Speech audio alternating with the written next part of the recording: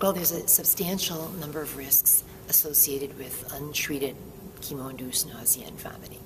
And of course, as you can imagine, number one is the patient quality of life. Once they become sick from the chemotherapy, it's very hard for them mentally, psychologically to face the next course of it. And sometimes they even get a little sick ahead of time just even thinking about it. So the key thing, of course, is that we want them to be comfortable as possible while receiving their chemotherapy. Secondly, though, is certainly very practical issues of cost and days lost of work. Cost issues are substantial. If they go home and have uncontrolled nausea and vomiting, sometimes they call. We could add drugs on over the phone and take care of it.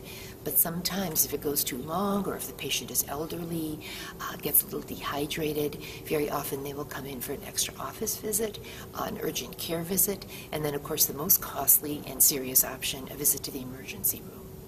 Every now and then these patients even get admitted to the hospital, so then you have to factor in the cost of a hospitalization. And then, of course, if they're in the hospital or if they're in and out of the ER, they're not working, they're not being as productive. Their spouse is probably driving them to the ER or the doctor's office, and they're losing work.